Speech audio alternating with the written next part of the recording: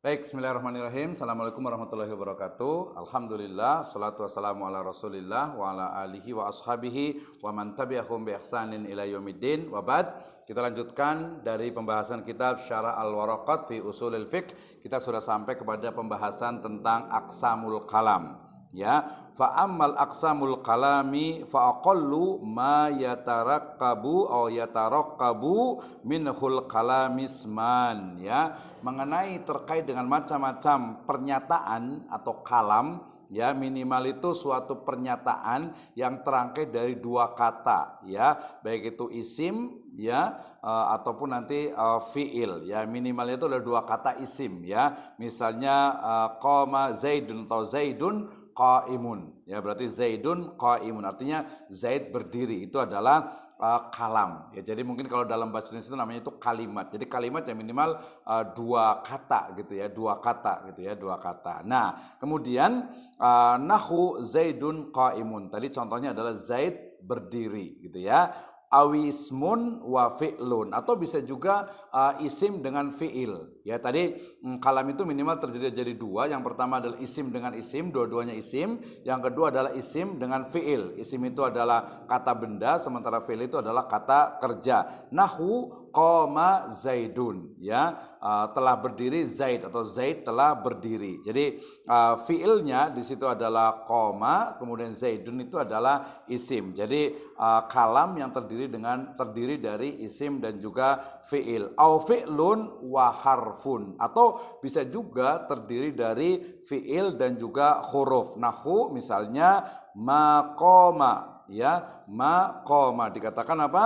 Kalam ini tidak menghitung dhamir, ya, huruf sebagai fiil, ya, fiil. Jadi dikatakan ada fiil dan juga ada huruf. Nahu maqama asbatahu ba'duhum walam ya'udda dhamira fi qama raji ila zaidin, masalan kalimatan li adami zuhurihi wal jumhuru ala addihi kalimatan, ya. Jadi ada yang menggunakan tadi memasang misalnya fiil dan huruf sebagai contoh minimal kalam. Jadi tadi isim dengan isim sudah jelas, kemudian fiil dengan isim itu sudah jelas, tapi ada juga yang menyebutnya itu kata kerja fiil dengan huruf. Kenapa? Misalnya tadi ada kata-kata kalam, ya. Jadi misalnya ada kata-kata apa nih, misalnya koma, ya, itu kan berdiri itu merujuk kepada Zaid, ya. Kemudian katanya tidak nama, padahal mayoritas ulama itu menilai domir tersebut sebagai sebuah kata. Jadi misalnya ada kata-kata di sini adalah maqoma, atau mungkin hanya koma, ya,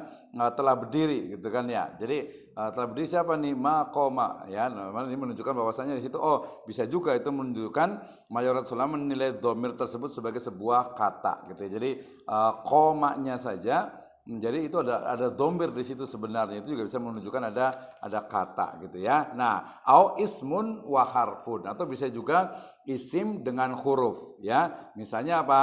Wa dzalika fin nida'i nahu ya zaidu, ya, wa in kanal makna ad'u au unadi zaidan. Jadi kalam itu juga berupa isim dengan huruf, misalnya ya Zaid, ya, wahai Zaid, ya. Walaupun makna dari ya Zaid itu kan ud'u atau unadi Zaidan gitu ya. Artinya aku memanggil Zaid, ya. Tentu saja terdiri dari fiil dan juga isim di situ, tetapi nanti failnya dia mustamir, ya, dia tertutup, ya, dia nggak kelihatan. Nah, demikian juga wal kalamu yang qasimu ila amrin wa nahi, ya. Tadi susunan dari kalam, yang berikutnya adalah kalam itu dia terkategori atau terbagi menjadi dua, ya, berdasarkan nanti sifatnya, yaitu amr dan juga nahi, ya. Ada perintah dan juga ada larangan. Nahu kum wala taqaud, ya, misalnya ada kata-kata kum, berdirilah gitu ya,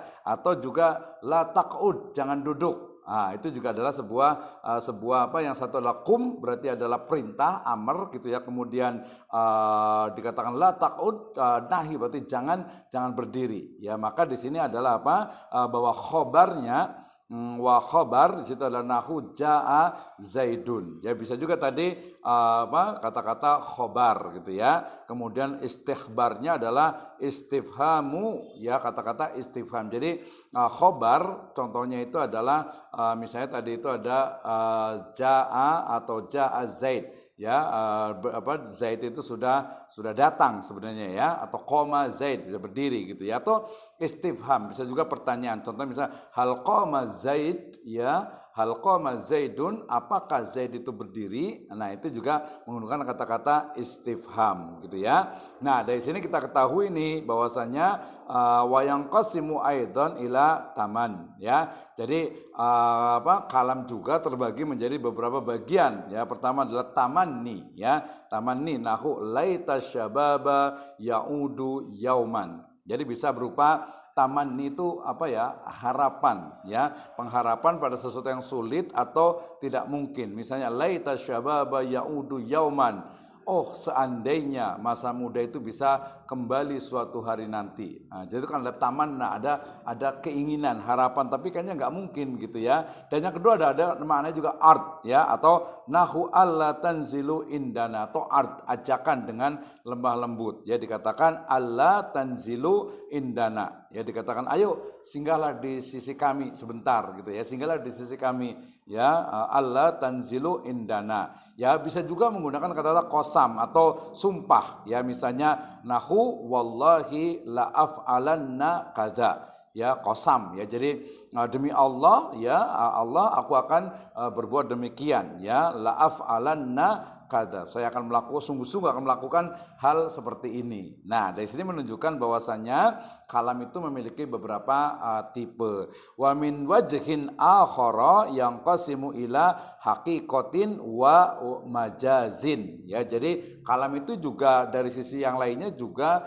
terbagi menjadi hakikat, ya, artinya ujaran yang maknanya literal apa adanya, makna hakikat seperti itu, ya. Ada juga yang maknanya adalah majazin, ya, atau majaz. Ya, majaz itu adalah ukuran dalam makna virogatif, artinya dia makna yang bukan sebenarnya, majaz gitu, yang bukan sebenarnya. Kemudian fal haqiqatu ma baqiya fil istimali ala maudhi'ihi. Ya, jadi hakikat adalah lafaz yang dalam penggunaannya konsisten pada makna asalnya, etimologis. Jadi makna awalnya itu ya secara hakikat bahasanya gitu ya, secara bahasa. Ya, kemudian wakila mastu'mila fi mastuliha alaihi minal mukhatibah, ya, minal mukhatibati. Ya, jadi menurut pendapat yang lainnya, hakikat adalah lafaz yang digunakan menurut makna konvensional para penggunanya walaupun bergeser dari makna aslinya atau makna dasarnya. Nah, ini terkait dengan apa? Sebuah kalimat, sebuah kata, apakah dia itu adalah hakikat, ya, atau majasi gitu, atau majaz gitu ya. Misalnya yadullahu fauqa aidihim, ya, tangan Allah berada di atas mereka, ya, di atas tangan-tangan mereka gitu kan. Nah, dari situ berarti ini apakah tangannya itu adalah hakikat atau majaz. Misalnya kasolati fil hayati mahsusatin atau mahsusah gitu ya. Contohnya adalah kata solat, ya, misalnya tadi contoh yang lainnya. Jadi kata solat itu digunakan untuk menunjuk pekerjaan tertentu. Kan solat tuh dia sudah jelas tuh hakikat gitu ya, ibadah, mulai dari takbir sampai kepada salam. Sehingga kemudian makna solat di situ maknanya itu bukan secara bahasa atau doa yang baik, ya, karena as-solat fi lughatin, solat secara bahasa itu adalah ad-doa, ya. Kemudian juga misalnya juga kata-kata misalnya apa? Misalnya kata-kata dabah, ya. Misalnya kata-kata dabah, ya, wadabati lidzatil arba kal khimari fa innahu lam yabqa ala maudhi'ihi wa huwa kullu ma yadibbu alal ard, ya. Jadi ada istilah dabah misalnya, ya. Ada kata-kata dabah itu adalah digunakan menunjukkan pada makna hewan yang berkaki empat, ya, seperti keledai, itu dabah, ya. Kata tersebut tidak lagi menetapi makna etimologisnya, yaitu segala sesuatu yang melata di atas tanah gitu ya. Jadi Misalnya ada ayat kan wa ma min dabatin fil ardi illa 'alallahi rizquha misalnya gitu ya. Maka dabah di situ ya segala sesuatu, bukan hanya binatang yang melata gitu. Jadi maknanya lebih luas lagi ya. Nah, wal majazu matajuzus atau matajuwa wal majazu matujuwiza ya, matujuwiza artinya bahwa majaz itu lafadz yang bergeser dari makna dasarnya, dari makna aslinya, dari makna lafadznya ya. Dikatakan tu'uddiya bihi ya. Kenapa? Karena dia berpaling dari atau kembali atau tidak sama dengan makna yang sebenarnya, an maudhi'ihi, dari tempatnya atau dari asal katanya. Misalnya tadi kata yadun ya, misalnya ada kursi. Apa kursi itu sama dengan tempat diduduki? Belum tentu. Misalnya ada makna qala Allahu azza wa jalla wasi'a kursiyyuhus samawati wal ard. Tentu kursinya maknanya berbeda. Hada 'alal ma'nal awwal lil haqiqati wa 'ala sani huwa mastu'mila fi ghairi mastuhliha alaihi minal mukhatibah ya. Dikatakan bahwa hakikat atau dikatakan majas tadi ya, dengan sebanding dengan definisi kedua yaitu hakikat. Majas itu adalah lafadz yang digunakan pada selain makna yang dikonvensi oleh para penggunanya. Jadi majas itu memiliki makna yang bisa jadi sesuai dengan apa makna yang dipahami oleh yang mengucapkannya. Naam, wal haqiqatu imma lughawiyah, dan adapun hakikat ya bisa berbasis kebahasaan, maknanya adalah bahasa. Misalnya bi anna wada'aha ahlul lughati kal asadi lil hayawanil muftaris ya. Hakikat itu tadi kan pertama itu berdasarkan bahasa. Misalnya orang mengatakan lafadz asad gitu ya. Asad itu ya singa gitu kan ya. Berarti singa itu adalah hewan yang pemangsa. Oh, singa apa? Asad itu ya udah, itu asad itu gitu ya. Jadi singa memang gitu ya, asad itu. Nah, tetapi kadang-kadang wa imma syar'iyatun ya bi an wada'aha syari'u qasolati lil ibadati al mahsusah ya. Tetapi kemudian kadangkala hakikat itu dia juga didasarkan kepada makna syariat ya. Misalnya lafadz yang ditentukan oleh para ulama ahli syariat ya, salat misalnya. Jadi salat itu bukan hanya doa. Jadi ketika kita katakan salat itu ya sebuah ibadah khusus ya, yang dimulai dari takbir dan diakhiri dengan salam. Nah, itu ya. Nah, kemudian juga dikatakan juga wa imma urfiyah, adapun ya hakikat yang berbasis pada kebiasaan atau adat, yakni lafadz yang maknanya apa? Yang dikatakan bi an wada'aha ahlul urfil am kadabati lidzatil arba'i kal khimari wa hiya lughatan likulli ma yadib. Ya, jadi tadi secara hakikat juga lafadz itu bisa kembali kepada urf atau kebiasaan yang ada di masyarakat. Misalnya tadi dabba ya menunjukkan bahwa kaki atau hewan berkaki 4 ya, seperti keledai ya. Secara bahasa dabba bermakna segala sesuatu yang melata. Jadi secara bahasa, tapi secara istilah maka hakikat dari dabba itu secara urf itu adalah apa? Keledai. Itu juga bisa dikatakan sebagai dabah ya. Jadi dikatakan apa? Lughatin likulli ma yadibbu fil ard, ternyata itu adalah secara etimologi. Tetapi awil khassi kal fa'ilil lil ismil marfu indan nuhat ya. Jadi maknanya itu ditentukan oleh kebiasaan komunitas tertentu ya. Misalnya ada istilah fa'il ya. Fa'il itu adalah menunjuk makna kalimat isim yang dibaca rofa menurut tradisi ahli nahwu. Itu juga bagian dari adat ya. Jadi kebiasaan ya fa'il itu berarti isim yang marfu ya menurut ahli nuhat. Wa hadza taqsimu yakni masyin ala ta'rifis sani lil haqiqati dunal awwalil qasiri alal lughawiyati. Ya, jadi pembagian ini, klasifikasi ini bertolak dari definisi kedua dari hakikat ya. Bukan berarti definisi pertama yang hanya membatasi pada hakikat berbasis kebiasaan ya. Adapun majas nanti biasanya imma ayyakuna biziyadatin au nuqsanin au naqlin au isti'aratin. Jadi majas itu kadangkala dia itu dasarnya adalah surplus kata atau kelebihan kata ya, definisi de efisiensi kata, transfer makna dan juga metafora. Jadi dia kalau majaz itu maknanya banyak sebab-sebabnya. Fal majazu bi ziyadati mislu qaulihi ta'ala, misalnya majaz yang berdasarkan kepada kelebihan. Ya, bahasa itu seperti surplus kata ya, seperti firman Allah Subhanahu wa taala, a'udzubillahi minasyaitonirrajim, laisa kamislihi syai'un wa huwas samiul basir. Ya, dikatakan tidak ada sesuatu pun yang serupa dengan dia. Ya, kata-kata huruf kaf ya, kamislihi ya, huruf kaf dalam ayat tersebut adalah tambahan. Jadi fal kafu zaidatun wa illa fahiya bimakna mislin. Jadi huruf kaf kamislihi, maka huruf tersebut bermakna serupa, artinya tidak ada sesuatu pun yang serupa dan menyerupai dia ya. Nah, berarti di sini maknanya adalah apa? Berarti maknanya pada hal maksud yang adalah menghasilkan sesuatu yang serupa dengan Allah. Ini tentu absurd. Jadi kamis lihatnya nggak ada gitu ya. Jadi ini maknanya kelebihan. Jadi laisa kamis lihi syai'un. Jadi semacam apa ya? Mungkin bisa menguatkan atau yang semestinya itu enggak ada sebenarnya, kamislihi syai'un gitu ya. Nah, itu kemudian tadi majaz yang berdasarkan ziyadah ya, dengan adanya tambahan kata ataupun huruf ya. Kemudian berikutnya adalah wal majazu bin nuqsani mislu qaulihi ta'ala was'alil qaryah. Ya, jadi majaz yang berbasis defisiensi atau deefisiensi kata. Ya, misalnya firman Allah Subhanahu wa taala was'alil qaryah ai ahlal qaryah ya, dan tanyalah negeri. Masa tanya kepada negeri kan enggak mungkin. Ya, maknanya adalah ai ahlal qaryah, artinya adalah penduduk negeri itu ya.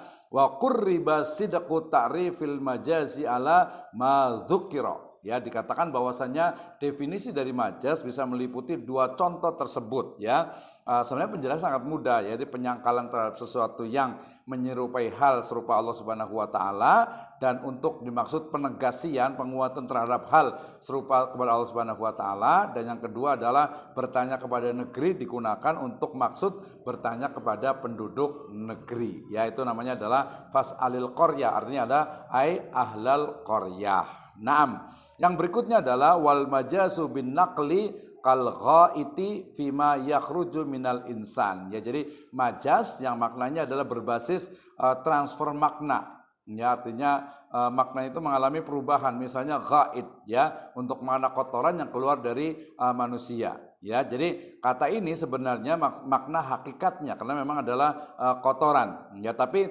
makna aslinya ghaid itu adalah dataran rendah atau lembah ya, tempat orang buang hajat ya, ilal ghaid gitu ya. Jadi dulu itu kalau orang buang hajat ya, itu pasti ke satu tempat yang agak rendah gitu ya, itu adalah ghaid. Tapi kemudian makna ghaid itu artinya adalah apa?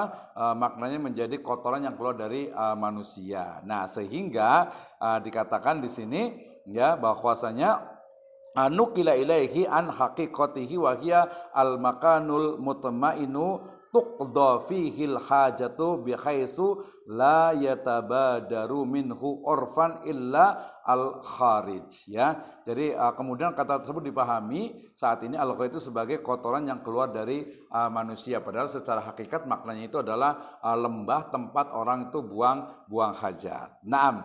Kemudian yang berikutnya adalah wal majazu bil isti'arati qaulihi ta'ala, yaitu majaz berbasis metafora ya. Misalnya firman Allah Subhanahu wa taala jidaron yuridu ayyang qadda, artinya kemudian mereka berdua menjumpai dinding rumah yang hendak roboh gitu ya. Jadi jidaron yuridu ayyang qadda, dinding ya yang akan atau yang ingin roboh ya. Nah, di sini dikatakan ay yasquta fasubbahu aw fasubbiha mailuhu ila suquti bi iradati suqutil lati hiya min sifatil hayyi dunal jamad ya. Jadi dikatakan kecondongan dinding. Jadi makna yuridu ayyang qadda itu adalah maksudnya adalah kecondongan dinding untuk roboh. Ini diserupakan dengan kehendak untuk roboh, di mana ya kita tahu bahwa kehendak itu adalah sifat dari makhluk hidup ya, sementara tadi jidar atau tembok itu kan dia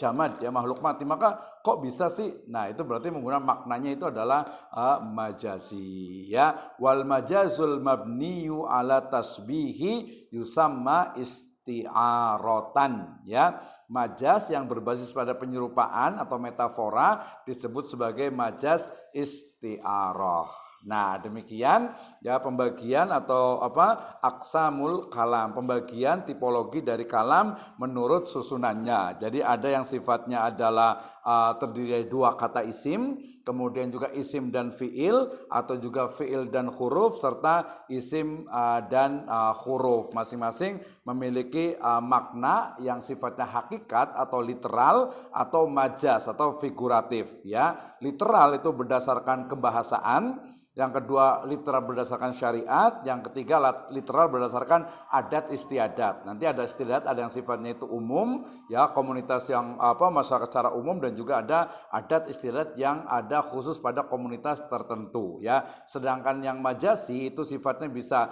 defisiensi kata atau surplus kata atau transfer makna dan juga metafora ya. Demikian wallahu a'lam bishawab. Assalamualaikum warahmatullahi wabarakatuh.